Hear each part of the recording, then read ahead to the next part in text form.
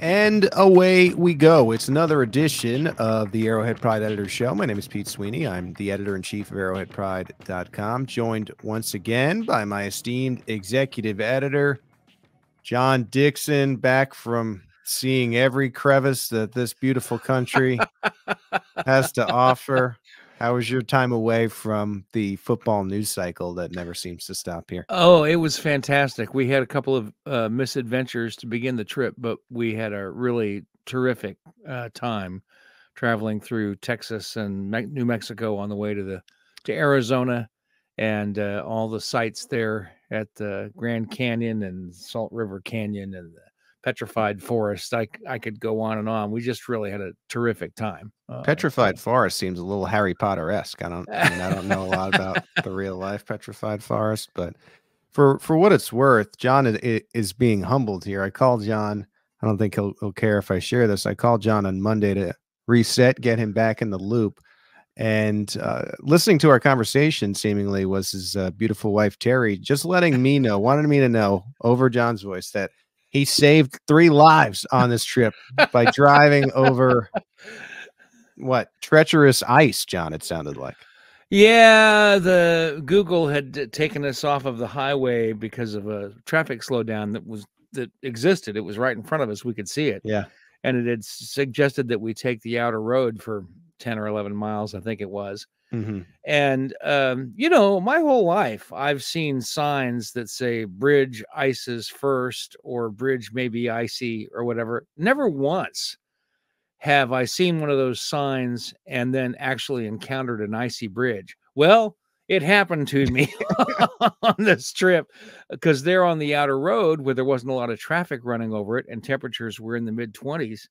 At that point in New Mexico, this was in eastern New Mexico, this bridge, this short bridge on the outer road was icy, and the trailer that we were pulling started fishtailing.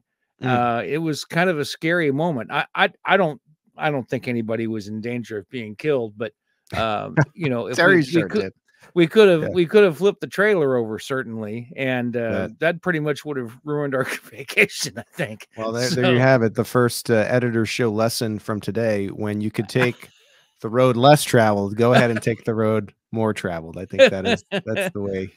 Well, in different weather conditions, it would have been fine. It was just a weird situation. 10 degrees warmer, it would have been fine. It was just because there was no, that doesn't happen on the highway because there's cars driving over it all the time, and it heats up the pavement and it doesn't ice up. So, well, John, good to have you back after your absence. I hope that you are refreshed and ready to go. We have to catch up on your marinated takeaways from the season and Super Bowl, the way that everything kind of played out with the parade situation and then you going on vacation. We haven't had a chance to do that. I've already shared mine, so this is going to be John-focused marinated takeaways as we close out the 2023-2024 NFL season. A lot of news to get through today as well, and we will be doing that in just a second. A show update. So John is back today. The dynamic duo of myself and he will be through this show, and then I'll take my turn. I'm not going any crevices. I like to stay above the crevices, but I'm going to take a break before the free agency frenzy begins. So it'll be Steve and John next Wednesday. Wednesday's our off-season editor show day. Okay. So it'll be John and Steve next week to fill in the gaps there, and then we'll be back for the off-season for the most part. I mean, I'm sure we'll miss a show here and there, but we'll be back every Wednesday as we go through free agency and the NFL draft and all the emergency podcasts that happen in between, the schedule releases at some point in there for what will be the offseason push as the Chiefs try to come up with the first three-peat in NFL history. So it should be an exciting offseason. I know they have a lot of improvements to make, and they're starting to happen this week, the improvements, the changes. And so we'll start to discuss some of those things that have come through as we go. But first, if you leave us a rating and a review on Apple iTunes, we'll read it right here on the show. This came in on Monday, John. And I'll read it to you. We are now fully in the off season. Rocky Magana discussed eating the camel hump in Morocco on beach season. Other than the ice cream cake, what are you and John's worst eating experiences? John, do you have one that comes to mind? That you ate Oh, something that worst eating you didn't like? experience. Wow. I will say that while we were in Arizona, we were in Sedona, and I had some, they call it prickly pear.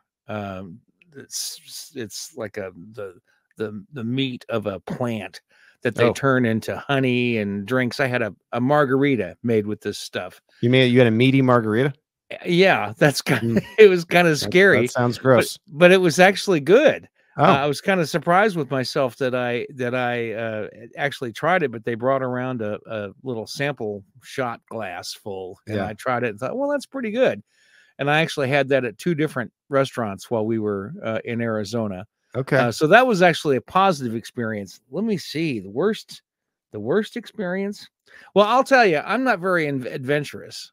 So my experiences with bad tasting food is pretty limited. Just give John an egg sandwich and a Pepsi, and you'll be good to go. Exactly. I think the one that I remember, I was a young kid, and I had an aunt, my mother's sister, Aunt Irene, God rest her soul, but she was probably as annoying as my mom, but like a little bit more nasally. Like she had like a nasally voice. Anyway, I was a kid. I was staying over my aunt's for some reason, and of course I wanted cereal that they hadn't touched in like weeks and weeks and months. And I was just like, I don't care. I want these cornflakes or whatever it was. I think it was Frosted Flakes, cornflakes. And pouring the milk, and all of a sudden I think I see ants in it, and I alert my cousin and my aunt, and I think in the most nasally way she goes, "Oh, shut up. No, there aren't ants in there." And my cousin grabs the bowl. Lo and behold, he goes, "I think there are ants in here." And of course, as a kid, I just spit out all the milk that I possibly could and felt like I was going to die. So I don't know how that struck me, but that was probably my worst ever eating experience. That's pretty bad. I think it ranks right up there, Pete. Very good. Yeah. Very good. Thank you. Yeah. I appreciate you guys listening to that. All right. We're 7.5 minutes in. Let's actually talk about some Chiefs football. I think the biggest story we have right now, John, and it probably was an expected one, right? The Chiefs releasing Marquez Valdes-Scantling. I think that when you have 300 yards of production and you're making the salary that you are or due to make, it doesn't matter what you did in the postseason to redeem yourself. While I think fans will look a little bit more fondly back on the brief tenure here of Marquez Valdes-Scantling that ended in 2 seasons and 2 Super Bowls. You had to move on at this number. The Chiefs end up saving $12 million of salary cap, and for that amount of production, it doesn't matter how much the salary cap was raised. You got to make that move. Yeah, I agree. I think that I was starting to feel a little bit like it was sort of like the situation with Sammy Watkins.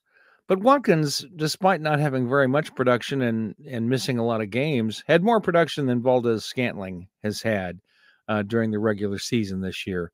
Otherwise, it was a very similar situation. A guy getting a lot of money who had most of his significant production in the postseason. Right. But there just wasn't enough in the regular season to make it worth having him on the team with that kind of a salary. If he'd had another few hundred yards during the regular season, the Chiefs might have decided to keep him on, but they have too many other things they have to do, including finding someone who get more than 300 yards in as a wide receiver. And there just really wasn't any other way to do it. And he got his opportunities too.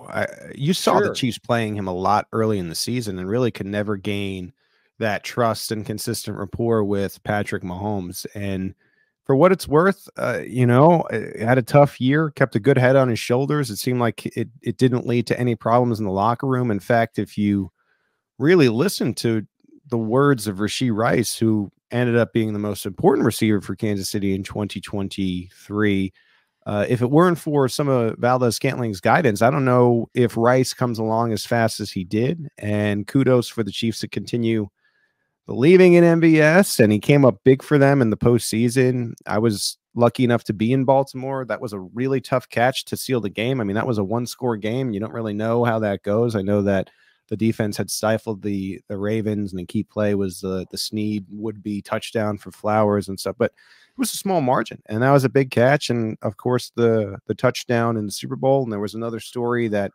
in overtime, it was his idea to call a certain play to get the Chiefs a first down, and so ended up being maybe more important off the field than on the field. And as important you can be off the field, $12 million is too much for not having the production. So this is the very first step. And I think he saw it coming. I think the writing was on the wall here. I don't think it was too much of a surprise.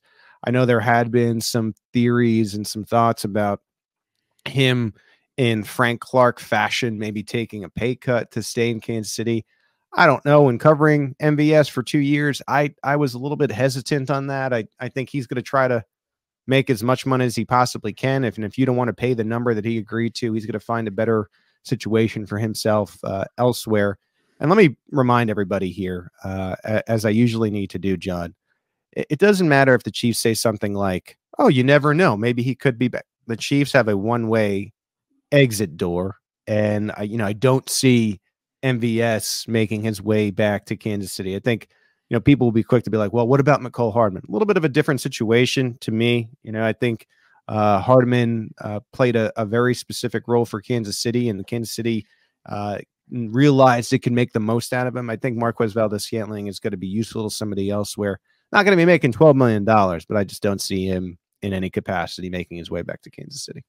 Well, you might be right about that. There have been circumstances where players have gone out there to find another job that paid them more money and have ended up taking less money to come back to Kansas City. It has happened a couple of times, but I think I would tend to agree with you that in this particular situation, the Chiefs would probably rather want to move on, make a clean break. But, they'll say you never know, and you do never know. Right. Another one I thought of as you were talking was Derek Nottie. I think Derek Nottie tried to explore free agency, but yeah, no, I just tend to think MVS, even despite last year, is going to be able to make a number the Chiefs are not going to want to go to, which is part of the reason why you saw the release. All right, so MVS moves on. He went from Aaron Rodgers to Patrick Mahomes to question mark. We'll see what quarterback he picks next, but usually it's one of the top 5 to 10 quarterbacks in the NFL. Next piece of news that we have here, a little bit of mixed stories and mixed sourcing, been talking to folks, but Jordan Schultz has reported that the Chiefs are placing the franchise tag on cornerback L'Jarius Sneed. Earlier in the week, Brett Veach had alluded to the fact that it would be likely the Chiefs would use the tag to manage their salary cap as they go here. So whether it is official that Sneed has the tag, whether it is 85, 90%, you see another report, it seems like this is the trend regardless. So we're going to have a conversation here, assuming, John, that the Chiefs have now placed the franchise tag on cornerback L'Jarius Sneed, and that translates to $19.8 million for a 2024 salary, which isn't a bad deal when you consider that L'Jarius Sneed was he was drafted in the 4th round, and so he'll make more money this year than he's made throughout his NFL career.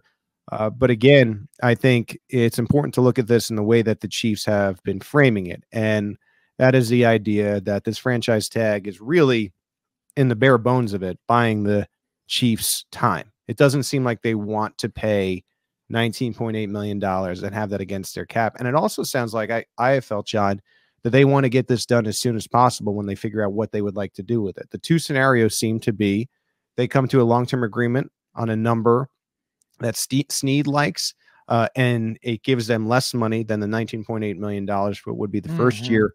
But I would assume be like a 3 or 4 year contract, knowing Brett Veach and Sneed's age, where that number is lowered. Or what they might do, and you saw them do this with D Ford, is tag L'Jarius Sneed so they maintain his rights, and then maybe there's a premium draft pick, some kind of draft compensation that another team sends. They get the rights to Sneed, negotiate a new contract, and probably the Chiefs were willing to go.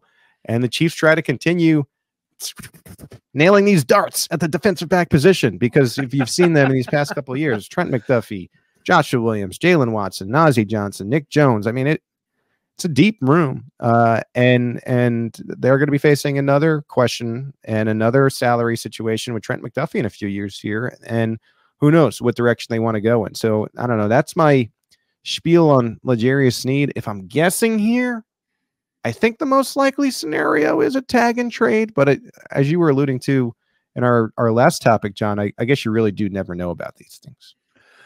Well, yeah, and it depends on how the negotiations are going between them. We had a report today that the Chiefs intend to speak to both Sneed and Jones's representatives today at the Combine and have what amount to be their initial conversations for the coming season. And, you know, this is going to be a thing that's done all together. You know, they're talking to Jones, they're talking to Sneed, and these two things are going to kind of mesh together in the minds of both the fans and the Chiefs. You know, if Jones wants a lot more money than the Chiefs are willing to pay, maybe they say, well, we can't afford to give Sneed a big contract, and vice versa.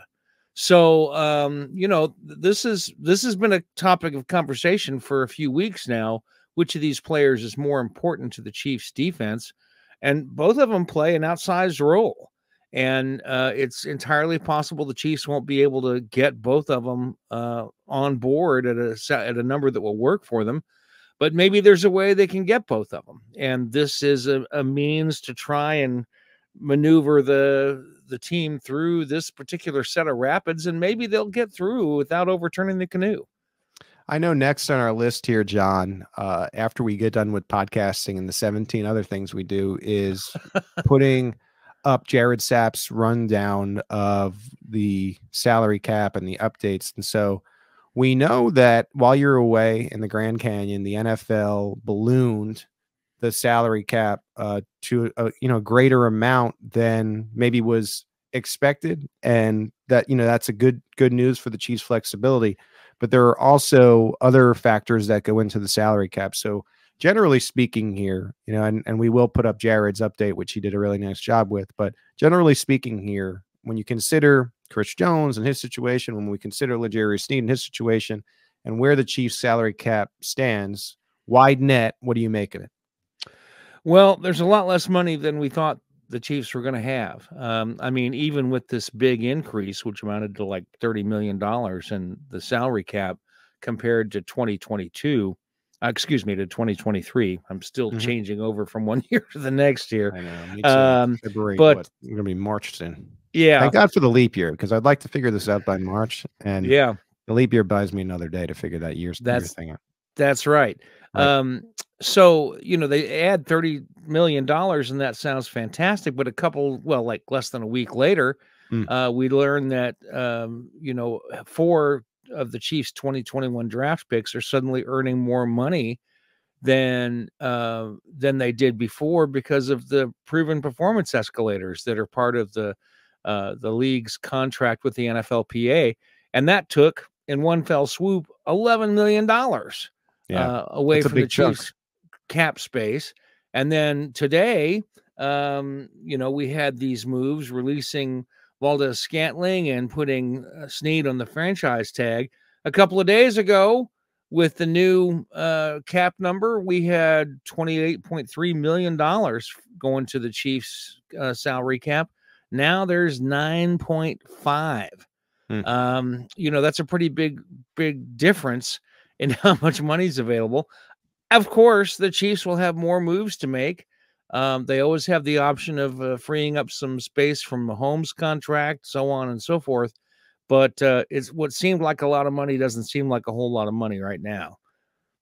Yeah, and it's a shame, because I think the other day when we first get the salary cap news from the NFL, it's like, well, maybe the door is open for them to maintain both Jones and Sneed. But you factor in those escalators now, and it does seem like they're still going to need to make a choice. And I think what is interesting here is I think coming into the offseason, John, I sort of assumed that they would have one or the other, but there's a third door here where they trade Sneed, get back draft capital, and then don't get Jones back. And it's like, what is this defense going to look like? Because if you end up trading Sneed and you have that room, but you do get the draft capital, you're still up against the 31 other teams that, and some of them might have more more money because, you know, they don't have some of those escalators where they can kind of hand Chris Jones a blank check. So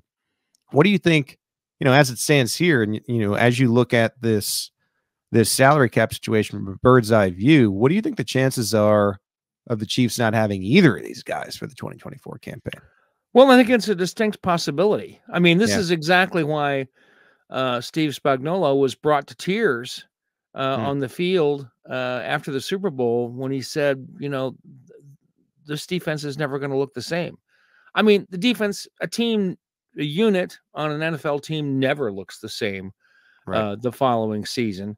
But Spagnuolo was talking about something else, that, you know, there are players here on this team that are significant to it, you know, on my unit that might not be back for the following season. And it's not unreasonable to think that he was thinking about Jones and he was thinking about Sneed and the possibility that either or both of them will not be back in 2024. You know, that's distinctly possible. I've been beating this horse for a long time that ever since Mahomes signed his huge contract, that the Chiefs are going to have to move more and more and more towards filling their needs through the draft. That, you know, we're going to have to get used to the idea that they can't spend big money on free agents, either by re-signing their own free agents or getting them from other teams.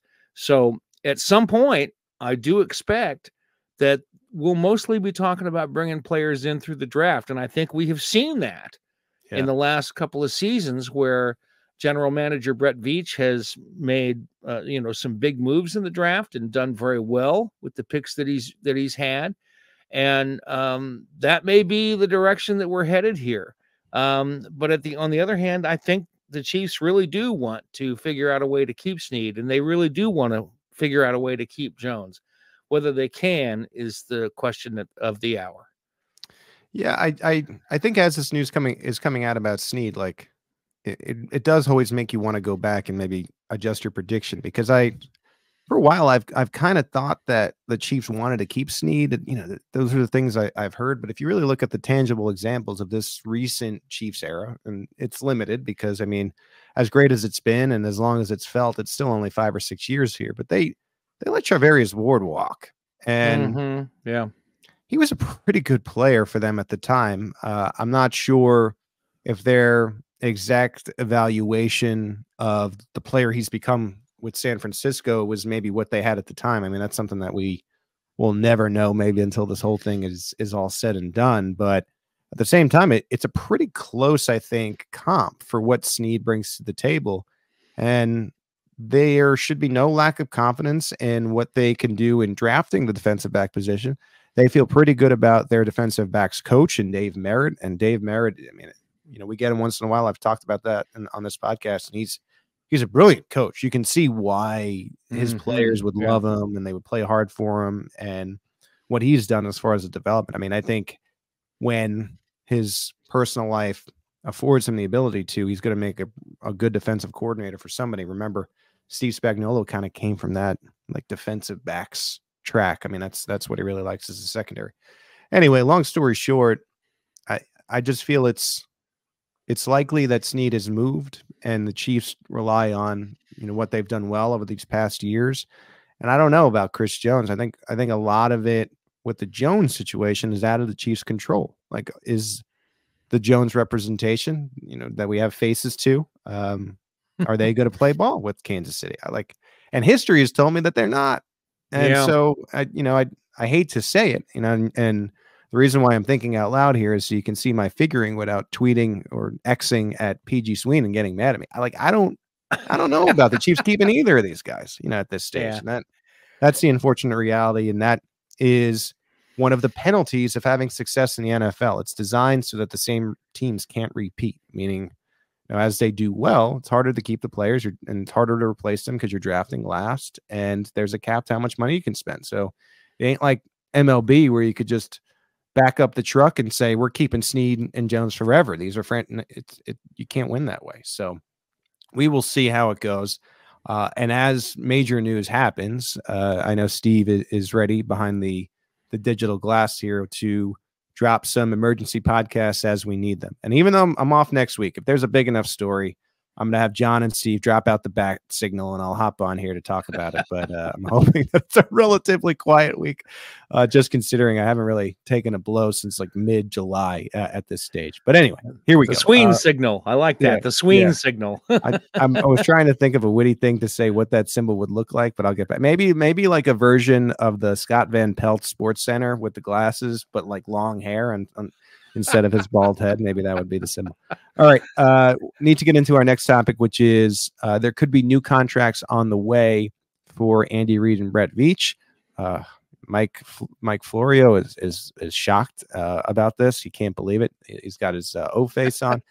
But it does seem like these two guys who are under contract until 2025, you never want to get into the last year of the contract.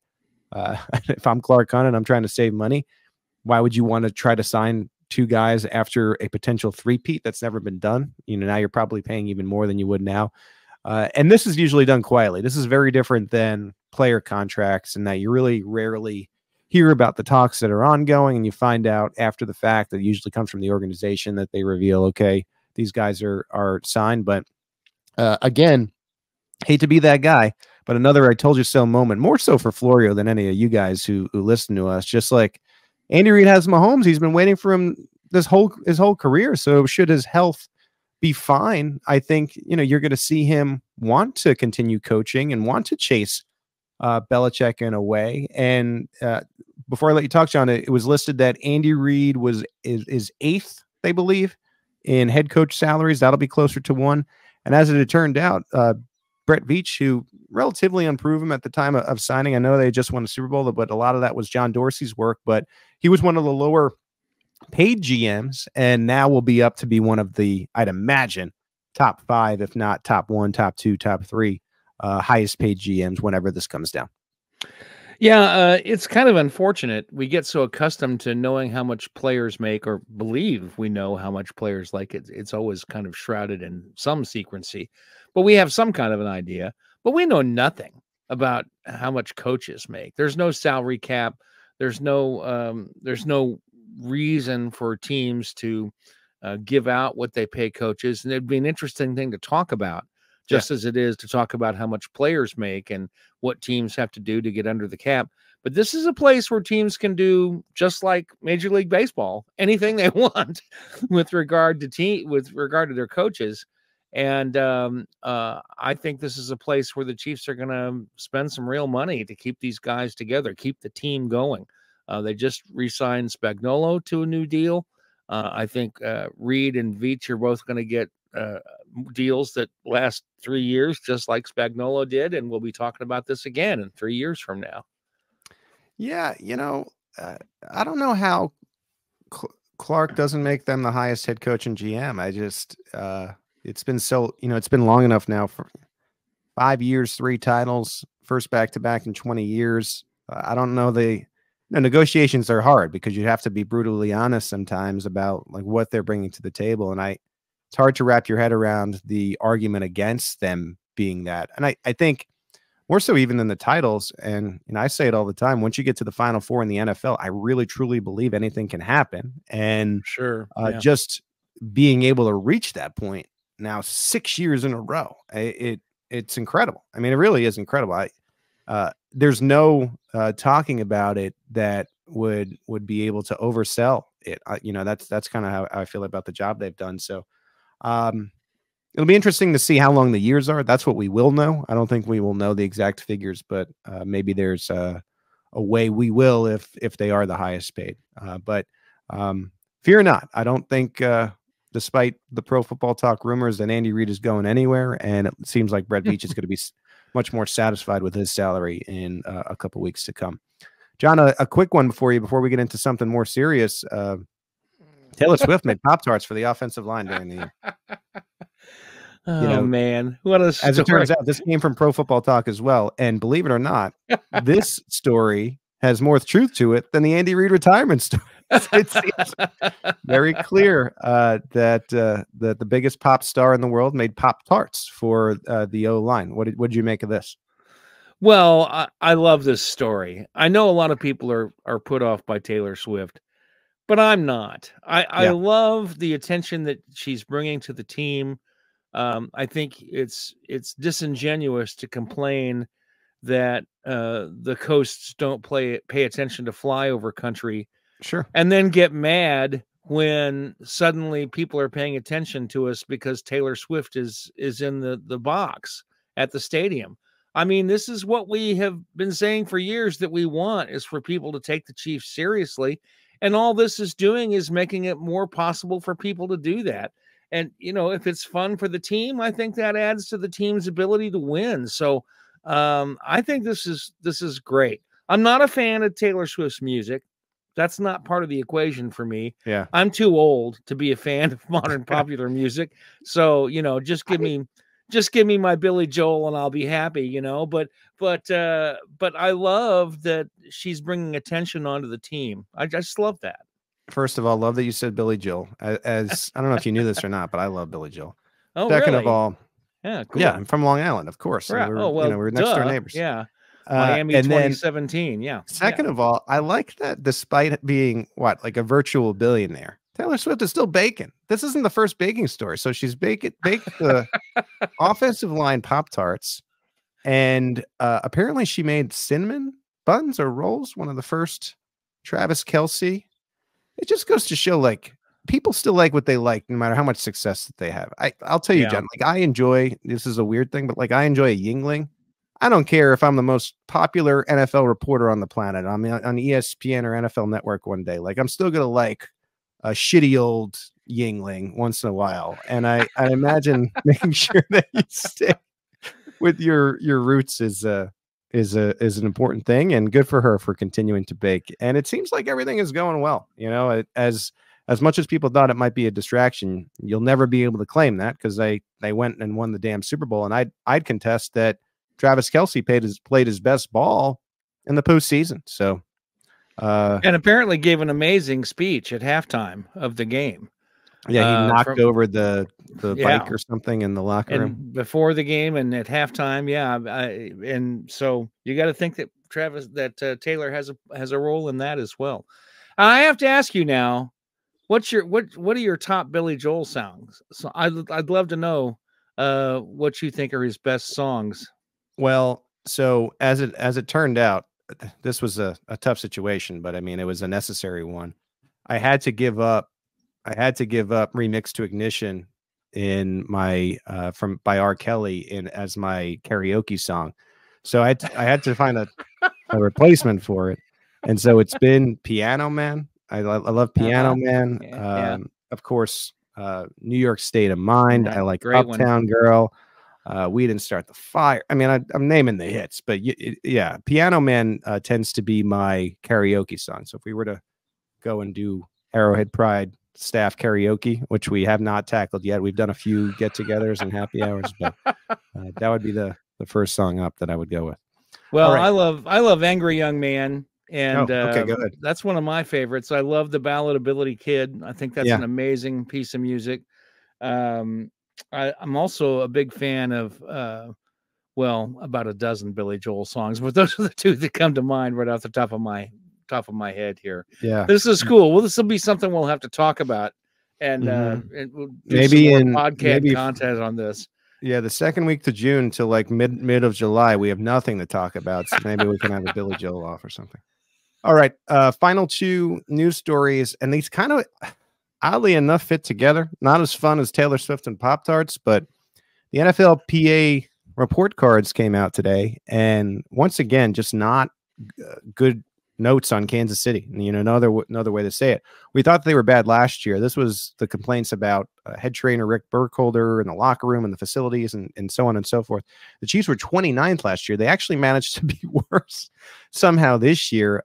Came in at 31st. Doesn't seem like a ton of improvements were made, John.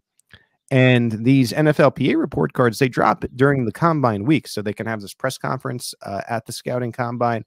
These came out as the Chiefs were announcing an $800 million renovation to Arrowhead that fans and taxpayers will be responsible, it sounds like, for paying somewhere in the ballpark of $500 million for. And so this all kind of broke at the same time. The timing of it was tough, I think, for the Chiefs and what they wanted. But here's the general gist of the NFLPA report cards. Bad marks in seemingly everything except for the head coach, which was an A+. So they're doing right by the head coach. But if you look at all the other categories, family treatment, D+, food service, C-, nutritionist, F, locker room, F, training room, D, training staff, F, weight room, C+, strength coach, C+, team travel, D. I mentioned A+ in the head coach. And the owner category got the worst grade. And that was, it seemed, again, we're just taking the report for what it was saying, but it seemed like Clark might have promised a renovation to, and to be very clear here, the training facility locker room, where, you go in there and for what it's worth, we interview players in there all the time. And I'll be honest, it's not so much better than a college. And I bet you there are some D1 programs that actually have like nicer day-to-day facilities. And it seems like there might've been a promise from 22 to 23 in the offseason to get this redone. And the only noticeable change that even we as reporters mentioned to each other when we were first walking in there was they finally put in seats with backs on them as opposed to stools, which actually had been in last year's report. And I think in a way that makes this one a little bit uncomfortable because they read enough to realize, oh, the players were upset about this stool chair thing. They addressed that because it was specifically mentioned, but it doesn't seem like any other aspect from the report cards were improved upon. Now, I think to be fair, the Chiefs' performance on the field was just as good as last year. And number two, we don't really know the nuances of how this thing is made. And we don't know how many Chiefs were interviewed. It's a little bit, I think, hidden in the words of the NFLPA. They kind of just put this thing out and say, accept this. And they mentioned they interviewed more than 1,700 players, but we don't know how many. Still, I think regardless of all that, you would have liked to have seen more improvements on the report card, especially as the Chiefs are saying all these things about the new stadium and the vote that's happening this April, and wanting to be able to use some of the taxpayers' money to make the experience of Arrowhead better. Seems like a lot of the renovations, John, are for higher paying fans. I don't think that's like too crazy of a take to make. And so I just think all of it married together made for an interesting hour or two on Wednesday. Well, you can make the argument that the timing was terrible for the Chiefs, that it made them look bad at a moment they're trying to drum up this renovation thing. But it's also possible that the Chiefs chose this moment to release that information to counteract the bad PR of what they. I'm going to assume they knew.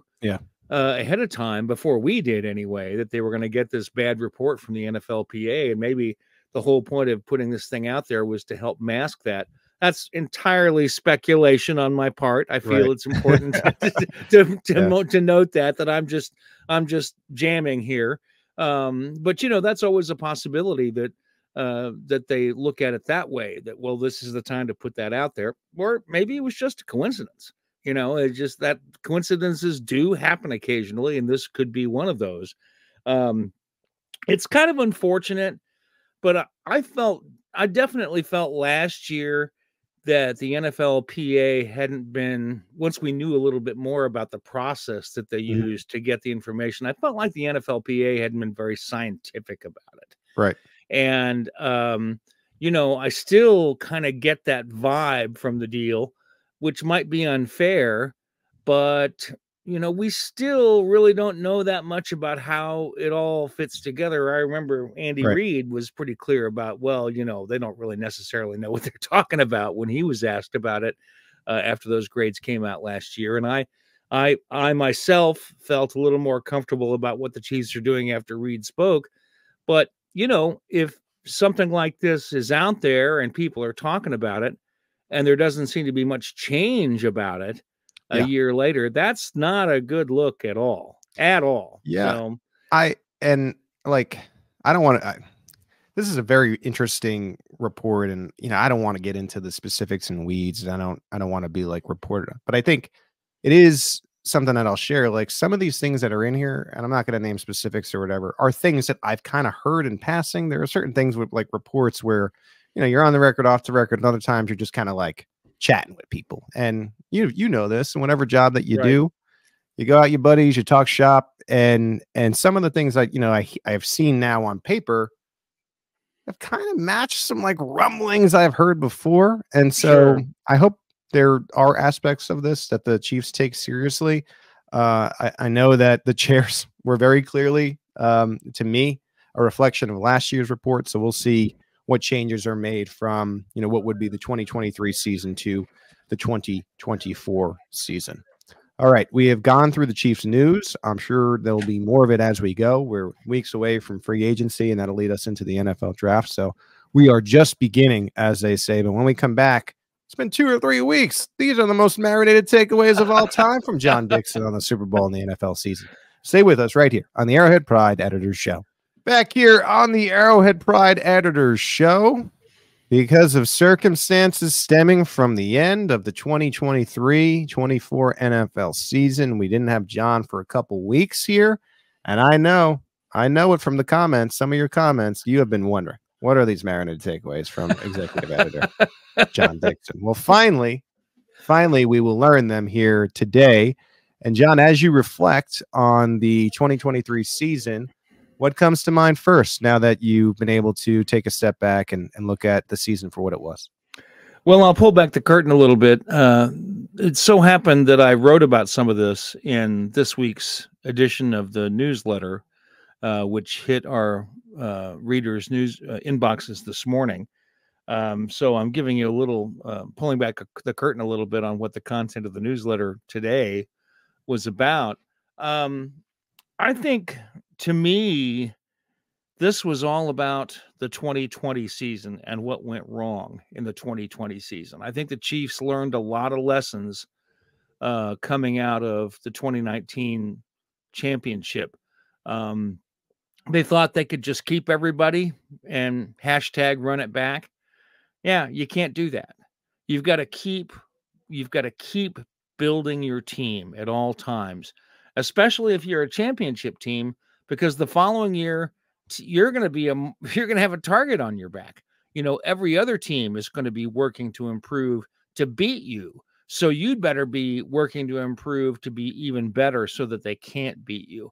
I think the Chiefs didn't really understand that once they had finally won a championship. Once Andy Reid had finally won a championship, I don't think he really appreciated, that part of the formula that he had to keep moving.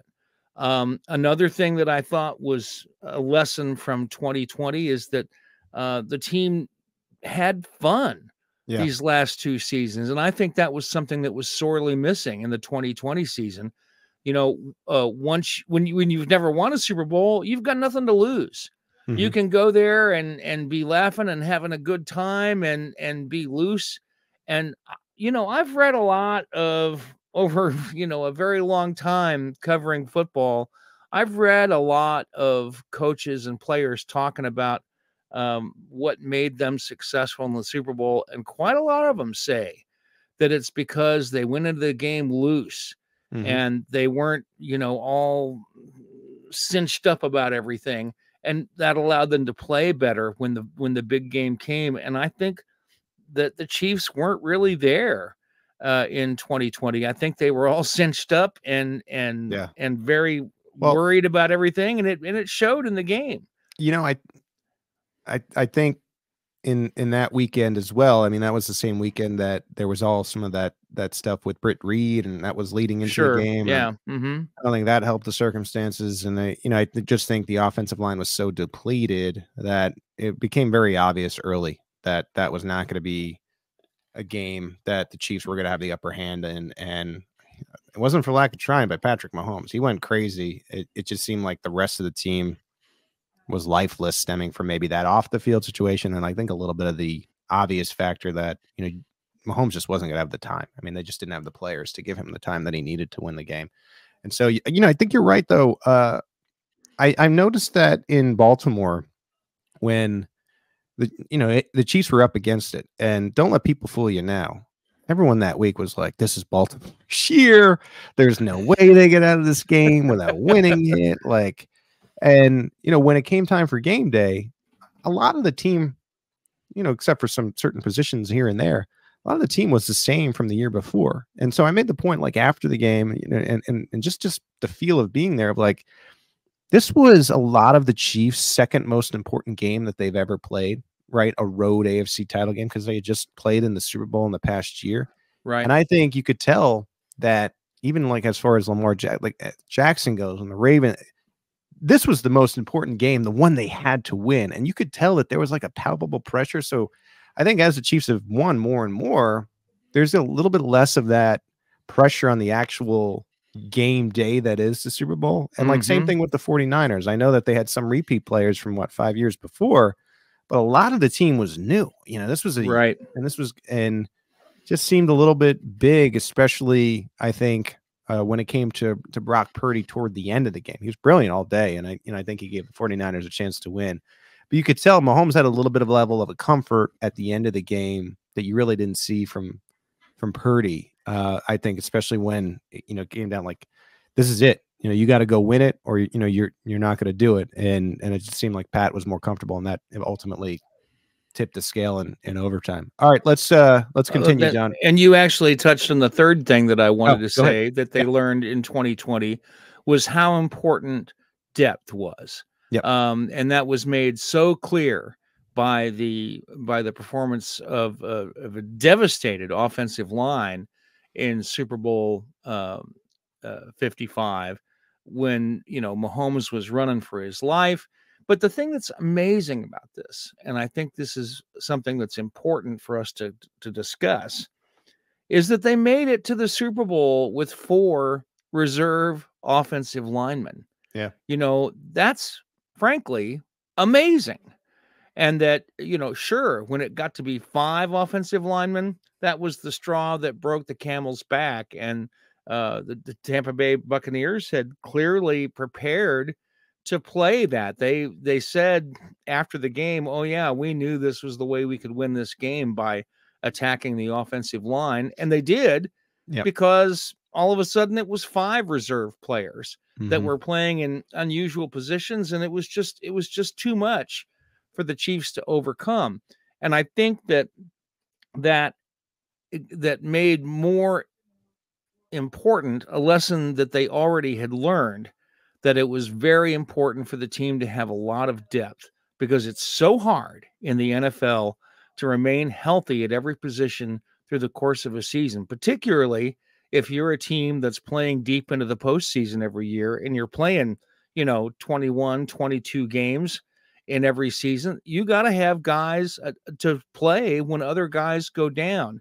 And I think this is the thing that Brett Veach really does very well. I know there's a lot of conversation among fans who think that Brett Veach hasn't been a good guy. He hasn't done a good job at bringing in players for the team. That John Dorsey did it much better, because John Dorsey brought in Travis Kelce and brought in Patrick Mahomes and brought in Chris Jones. And those things are all true. But what John Dorsey did not do nearly as well as Brett Veach was find players to back up those star players. And in the end of the day, I am starting to wonder if that's even more important than finding stars. Any GM will find stars eventually, but the best GMs are the ones who can fill out the back of the roster. And I think that's what Veach has done for the Chiefs.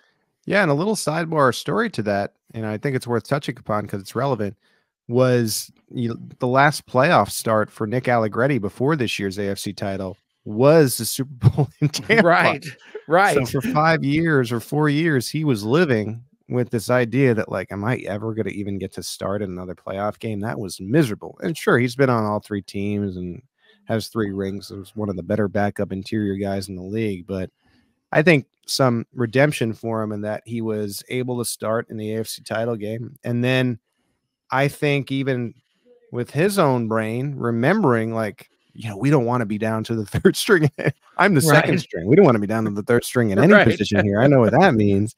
It's like, I don't care if I tore my elbow. I'm going to, if I can play, I'm going to play. And it sucks for him because I think, at this point with 3 rings in Kansas City, he probably would like to start somewhere. This is me just thinking, and maybe he would have that opportunity if he moved on elsewhere, but maybe there's another year with the Chiefs built in here because he's going to have to rehab, get better, and we'll see where he ends up. But just a cool story, I think, just knowing that his last start was the Tampa start, and he was able to start in the title game and Super Bowl. And John's dogs love Nick Allegretti. I mean, they are some of the bigger Nick Allegretti fans in the NFL, and so you can hear them chiming in support of everything I'm saying right now. Yeah, John, both Willie and Hershey love Nick Allegretti. It's true. As you mentioned, you were emptying the notebook here. Anything else that you'd like to add as far as marinated takeaways? No, and I'll tell you that a lot of that comes from a conversation I had while I was on the trip with our good friend Sharon, who traveled with us. Okay. She's a Chiefs fan, and we talked about some things, and a lot of what I just said is from that conversation with Sharon. So thanks for hearing me out because helping me be ready for this show, Sharon. Yeah, appreciate it. There you go. Thank you, Sharon. Checks in the mail. Not really. All right. That wraps up the 2023 season. Finally, we can finally put it to an end now that we have revealed John's marinated takeaways from the Super Bowl and the season. As a reminder, Steve's keeping this train moving. We have a beautiful draft season plan for you on the Arrowhead Pride Podcast Network that will include editor shows every Wednesday as we roll through the news. Ron Kopp is leading the way when it comes to free agent analysis and draft analysis, but we'll make sure to weigh in on a weekly basis after next week. Once again, I will be taking a week off, which I need, but John and Steve will be providing an editor show in lieu of my absence there. But it's been really fun, I think, John, covering the 2023 season. And as we close the door on that, we open the door on another offseason that'll lead us into a chance for the Chiefs to do something that no team has ever done in NFL history, and that is to potentially win 3 straight Super Bowl titles in a row. So it should be fun. So thank you to Steve for running the show behind the scenes. Thank you to John for both of them. This has been another edition of the Arrowhead Pride Editor Show. Thanks for listening.